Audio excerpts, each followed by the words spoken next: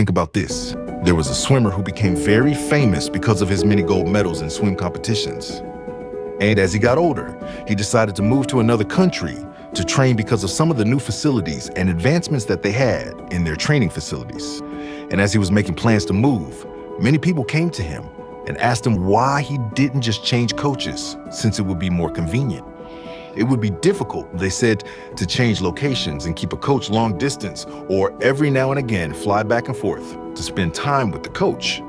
But without any hesitation and without any doubt, he said, I'm not going to choose anyone but the coach that I started with, because he's the one that taught me how to win. Without him, I wouldn't know how to beat my opponents. Without him, I wouldn't be where I am today. And so why would I choose a coach who hasn't demonstrated that they can win when I'm already paired up with a coach who's a proven champion maker? We children of God have a true God on our side. And guess what? He's a proven champion maker. You don't go to the losing team and ask to follow their coach.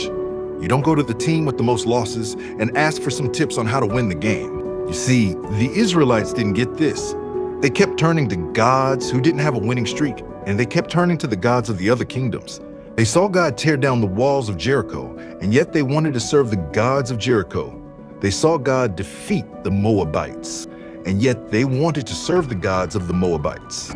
That's what Israel was doing, choosing gods with a losing streak over the true God who had never lost a battle. Some of us might say, wow, I would never do that. That makes no sense.